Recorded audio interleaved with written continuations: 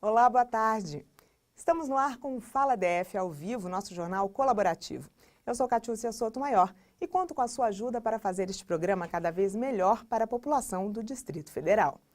Quer ver a sua matéria aqui? Tem alguma sugestão de pauta, alguma denúncia ou alguma ideia curiosa para uma reportagem? Mande para a gente pelo WhatsApp 61 982 11 49 48 ou para o nosso e-mail faladfcanal11@gmail.com. E começamos com Emoção. Um projeto aqui em Brasília oferece um tratamento gratuito para estimular o desenvolvimento de pessoas com necessidades especiais e em situação de vulnerabilidade social. A prática é, inclusive, altamente recomendada pelo Conselho Federal de Medicina no cuidado da saúde de deficientes. Beatriz Gurgel mostra algumas vantagens da ecoterapia. Uma relação de confiança muito especial entre pessoas e animais. Cavalos transmitem segurança e calma. E na ecoterapia, os laços criados podem mudar a vida de muita gente. O Daniel foi diagnosticado com autismo há 10 anos e a mãe vê na técnica uma forma de melhorar a qualidade de vida dele. É a socialização, o equilíbrio, né? A conversa se torna melhor, porque assim o pessoal vai trabalhando com eles, vão conversando, né? Vai dando toda ali, vão fazendo umas brincadeiras, é bem lúdica. Então, assim, é muito importante para que ele consiga interagir com outras pessoas, né? Com o próprio cavalo, né? Porque assim, tem alguns animais que ele tem medo, né? Então, assim, o cavalo ele já tem uma afinidade maior. E além de todos esses benefícios, o Daniel adora vir para cá. Essa noite ele nem dormiu direito, ficou ansioso. E eu também me aventurei a subir no cavalo. E aí deu para entender porque o Daniel gosta tanto daqui. A sensação é maravilhosa e esses animais são ótimas companhias. A ecoterapia exige a participação do corpo inteiro. Aqui na associação, esses bichinhos contribuem para o ganho de força muscular e coordenação motora de mais de 160 pessoas com deficiência, além de aprimorar também o equilíbrio e fazer um bem danado para o emocional desse pessoal. A gente acessando essa parte física, a gente também está acessando questões internas dessas crianças e trabalhando também emocional. A gente sabe que estão todos ligados, né? A criança é a parte motora, a parte física, mas também emocional que trabalham junto. Então a gente trabalhando físico, a gente está trabalhando questões emocionais e trabalhando questões emocionais, a gente também tem uma resposta física muito melhor. O método de tratamento é indicado para pessoas com diversos quadros clínicos e de todas as idades. A Luma, por exemplo, só tem 4 aninhos e já adora montar a cavalo. Ela tem mitocondriopatia, né, que é uma doença degenerativa. Mas, a princípio, eles não acreditam que seja isso mesmo. E falou que é para a gente tratar dia após dia. Enquanto isso, a gente vai fazendo tratamento, né, para buscar sempre a melhoria dela. O projeto conta com um time enorme de profissionais. Fisioterapeutas, psicólogos, pedagogos e educadores físicos. Aqui, cada um faz uma função. Até porque, para cada pessoa, a prática tem uma finalidade diferente. Vai depender de cada situação. Por exemplo, outros vão se beneficiar do aspecto psicológico, de estar em cima de um cavalo, de estar podendo conduzir um cavalo, né? E outro também no aspecto social, né? Porque são poucos que têm condições de, às vezes, montar num cavalo, né? Então a gente propicia esse desenvolvimento biopsicossocial do praticante. Já não chove há 7 semanas e a previsão é que isso só mudará em setembro. O Instituto Nacional de Meteorologia, INMET, determinou, por conta da baixa umidade relativa do ar no Distrito Federal, o alerta amarelo. Ontem, a Estação Automática de Brasília registrou um mínimo de 29% de umidade. Na terça, o índice chegou a 24%. O alerta é válido para as horas mais quentes do dia. O INMET dá 3 instruções principais: beber bastante líquido, evitar desgaste físico nas horas mais secas e exposição ao sol nas horas mais quentes do dia. A baixa da umidade é considerada preocupante pela Organização Mundial de Saúde, OMS, pelos efeitos que provoca: desidratação, mal-estar, dificuldade de respiração e secamento de mucosas. Segundo o órgão, o nível ideal para o organismo humano gira entre 40% e 70%. Abaixo de 12% é declarado estado de emergência e a indicação é não praticar nenhum tipo de esporte, nem trabalho braçal e interromper a atividade ao ar livre das 10 às 16 horas. Devem ser suspensas as aulas de educação física, coleta de lixo e entregas dos correios. Também é recomendado evitar aglomerações em ambientes fechados. Estamos aqui no estúdio com o Dr. Marcos Ferraz, que é oftalmologista e vai conversar com a gente sobre os riscos para a saúde dos olhos neste período. Boa tarde, doutor. Boa tarde, Catiúcia e telespectadores do Fala DF. Estamos aqui à disposição. Então, a gente quer saber quais são os riscos que as pessoas correm para a saúde ocular nesse período. Bem, é importante que as pessoas saibam que a superfície ocular ela precisa estar sempre hidratada. A principal maneira de hidratar a superfície dos olhos é bebendo bastante líquido. 2 a 3 litros de água por dia seria suficiente para você melhorar a hidratação do corpo e, consequentemente, prevenir a secura ocular também. Mas em relação aos colírios, por exemplo, as pessoas acabam usando muito colírio nesse período, isso é bom ou é ruim? Bom, o importante, que fique bem claro que as pessoas devam saber, é que existem lubrificantes específicos. Não adianta usar soro fisiológico ou outro tipo de colírio, pode até prejudicar os olhos. Existem colírios que podem até levar a problemas graves, como os corticoides, se forem usados de maneira indiscriminada. Mas existem os lubrificantes oculares, que são os colírios indicados para o tratamento. Mas, por exemplo, aqueles colírios que eu acho que não são lubrificantes, para clarear o olho, que as pessoas costumam comprar indiscriminadamente e usar muito isso também faz mal? Existe algum motivo para isso? Bom, muitas pessoas utilizam colírios, até tem nomes populares, conhecidos, mas esses colírios eles contêm várias substâncias que podem agredir o olho se usados de maneira indiscriminada. Se ele se usa várias vezes ao dia ou durante um tempo prolongado, eles vão acumulando substâncias tóxicas que podem até prejudicar o olho. Então, é importante procurar o médico oftalmologista para orientar o uso devido do qual colírio mais indicado.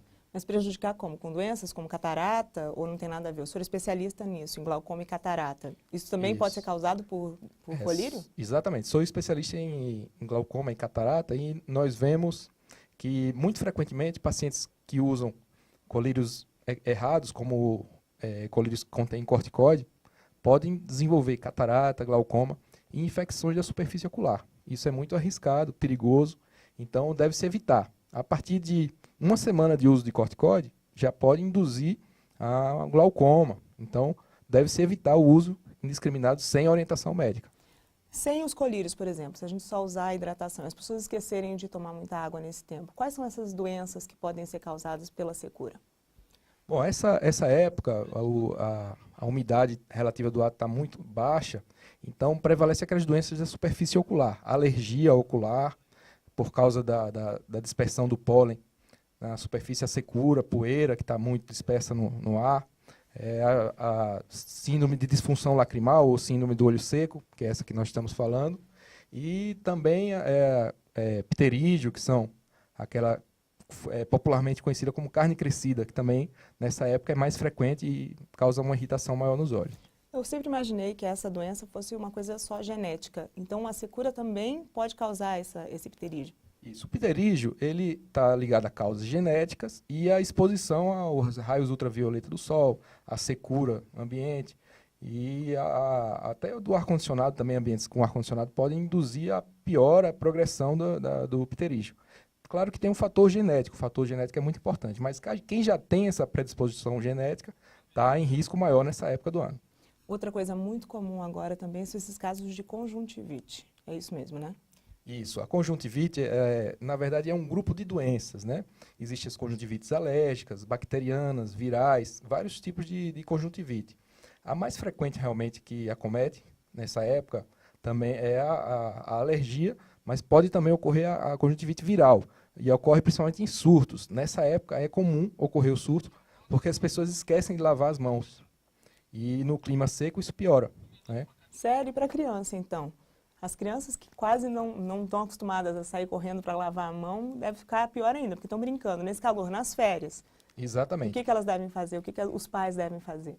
Nessa época, assim, o clima está seco e a temperatura baixa, as crianças ficam mais próximas, as pessoas ficam mais em lugares fechados, e aí o risco de contaminação, de disseminação é maior.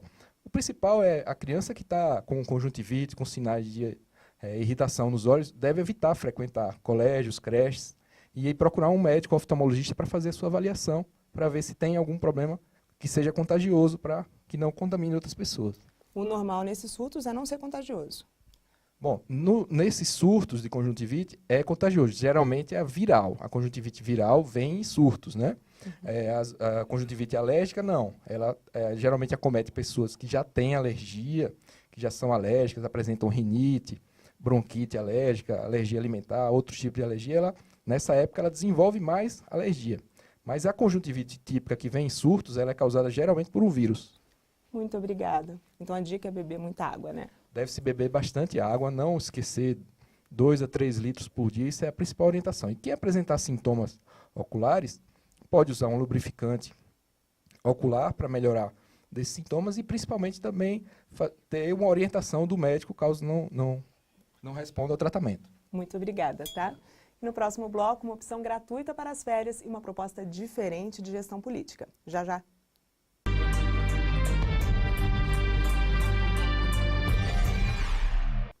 Uma criança de 6 anos foi picada na perna por uma cobra venenosa na tarde de ontem, ao lado de uma das piscinas da Água Mineral, área de lazer do Parque Nacional de Brasília. Ela está bem. A mãe da criança afirmou que estava no local no momento do ataque, mas não viu quando a menina foi ferida.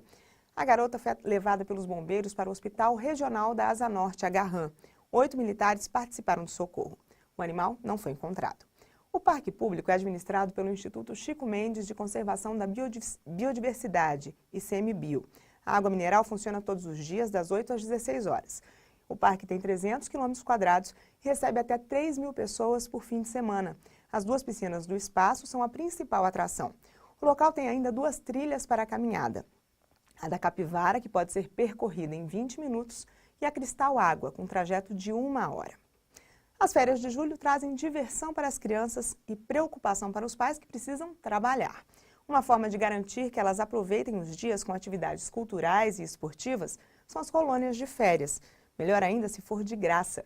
Conheça uma opção que tem o apoio da Agência Espacial de Brasília e da Universidade de Brasília. O Planetário de Brasília está com inscrições abertas até domingo, dia 8, para a colônia de férias. Serão oferecidas oficinas, visitas a exposições e exibição de filmes na Cúpula do Espaço, localizado em frente ao estádio Mané Garrincha. Lá se encontram telescópios, fotos de galáxias, estrelas, planetas, a ossada de dinossauros também. Tem bastante atrações para criança. São 360 vagas para os turnos da manhã e da tarde, divididas em 2 períodos. A colônia de férias será realizada do dia 9 ao dia 20 de julho. A gente dividiu essas datas em dois períodos, né, 2 turmas.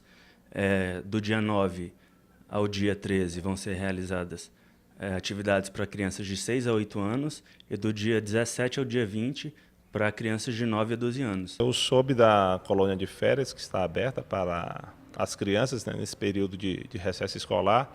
Então resolvi vir aqui fazer a inscrição para o meu filho estar participando também. Eu acho que todas as crianças estão ansiosas, né, que é uma coisa assim diferente do que eles convivem habitualmente. As atividades estão programadas das 8 às 12 horas e das 14 às 18. O lanche será comunitário e cada participante deverá levar uma bebida ou um prato para compartilhar. A inscrição pode ser feita com a doação de 2 quilos de alimento não perecível e a apresentação de documentos de identificação dos pais e das crianças. A Secretaria de Economia, Desenvolvimento, Inovação, Ciência e Tecnologia, que coordena o evento, informou que se o Brasil jogar pela Copa do Mundo na primeira semana da colônia, não haverá atividades no dia da partida. Se quiser saber mais, entre em contato pelo telefone 3224-7970. Você já pensou em ter vários representantes eleitos para um único cargo e isso dar certo? Pois é a proposta de um grupo político que sugere um mandato coletivo.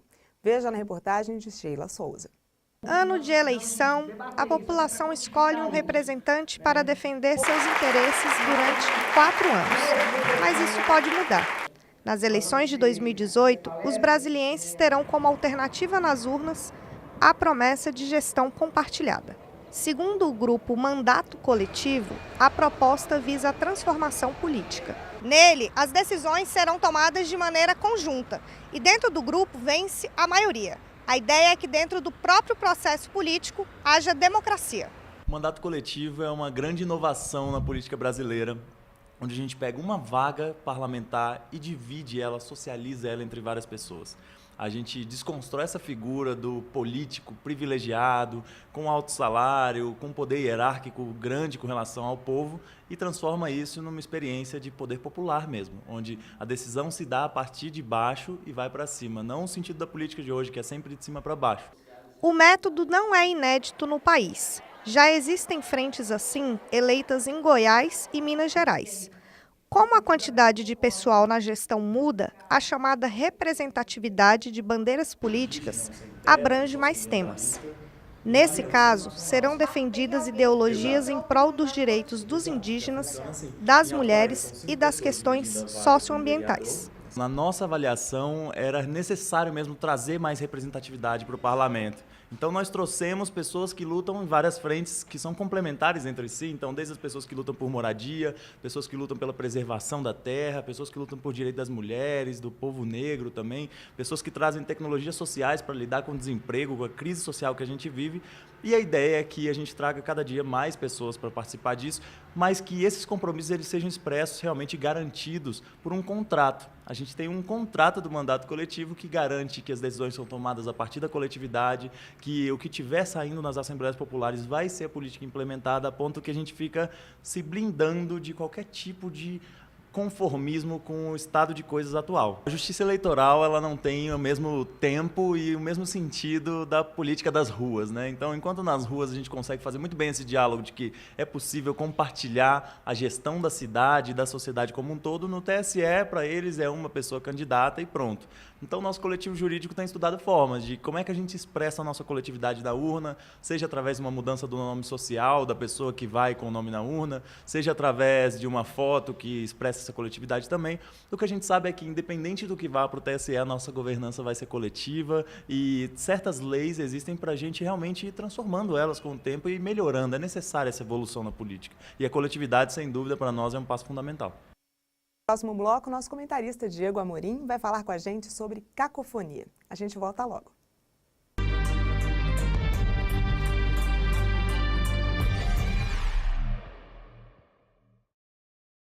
O Brasiliense recebeu de volta um dos principais pontos culturais da capital federal. Fechado há 5 anos, o Espaço Cultural Renato Russo, na 508 Sul, reabriu as portas ao público com exposições e performances artísticas. Inaugurado em 1977 com o nome de Centro de Criatividade, renasce com o propósito de unir em um só lugar todas as linguagens artísticas: cinema, música, dança, teatro, exposições, literatura. Foram entregues o Cine Teatro, a Sala Multiuso e o Teatro Galpão, além de 2 galerias, saguão e mezanino. Ainda será finalizada a parte administrativa, que deve ser entregue junto com a biblioteca e a gibiteca. Com a reinauguração, a forma de gestão do local também será alterada. Um chamamento público foi aberto para propostas de organizações da sociedade civil. A instituição vencedora será responsável pela manutenção e gestão do espaço cultural, assim como pela programação. O recurso anual será de R$ 800 mil. E agora aqui com a gente, o querido professor Diego Amorim, que vai explicar cacofonia. Boa tarde. E aí, boa tarde, tudo bom? Tudo, saudade de você. Saudade também, ainda bem que você voltou também. Agora explica pra gente, eu falei alguma cacofonia aí? Não, pelo que eu tenho anotado, não. Explica então, o que é a cacofonia? Olha, a cacofonia é uma das coisas mais utilizadas hoje em dia pelas pessoas quando vão falar. Principalmente vão falar assim, ao vivo, sem texto, sem nada. E aí elas podem cometer alguns erros, que a gente chama cacos no grego, significa quebrado, um pedaço. E fonos é o som, né? Um som quebrado, mal soado, vamos dizer assim. É porque quando você junta uma parte de uma palavra com a outra e tem uma terceira impressão, isso é cacofonia. A gente conhece várias, né? Beijei a boca dela, por exemplo. Fica uma boa cadela. É bom beijei a sua boca em vez de beijei a boca dela.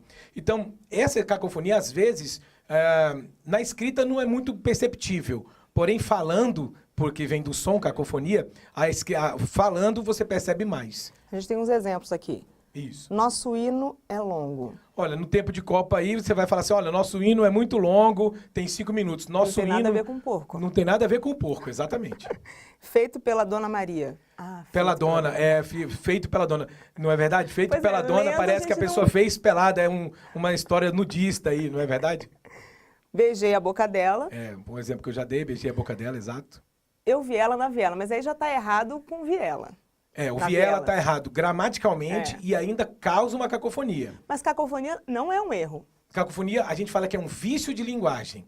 Não é errado você usar, porém, se a outra pessoa ouvir daquele jeito, ela pode tirar conclusões. Que você não sabe falar. Exatamente, ou entender uma outra coisa. E ele pôs a culpa nela. Culpa nela, parece culpa nela, não vou nem falar porque a gente está ao vivo. Ela tem pouca fé em Deus. Pouca fé. Uma coisa mais o mineira, café fica ali, fé, exatamente. Pouco café na mesa, exatamente. E ela tem fé demais também. Fé demais também, Custa R$1 por cada aula. Por cada aula. Por cada. Também tem a ver com o hino. Por cada. Do suíno. Por aula, é só tirar o cada. Tá. Olha, para corrigir é muito fácil. Ou você transforma a frase, ou você tira uma palavra, aquela que está dando problema. Então, eu vi ela na viela, por exemplo. Eu a vi, eu vi na viela. Então, você tira o ela, você acabou de criar uma frase normal, perfeita.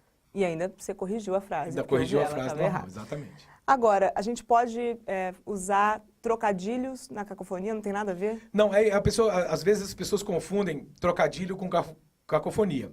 Trocadilho, na verdade, é a capacidade que a gente tem de pegar um nome e transformar em outro. Não tem nada a ver com um som de 2 ou 3 palavras que dão um terceiro som.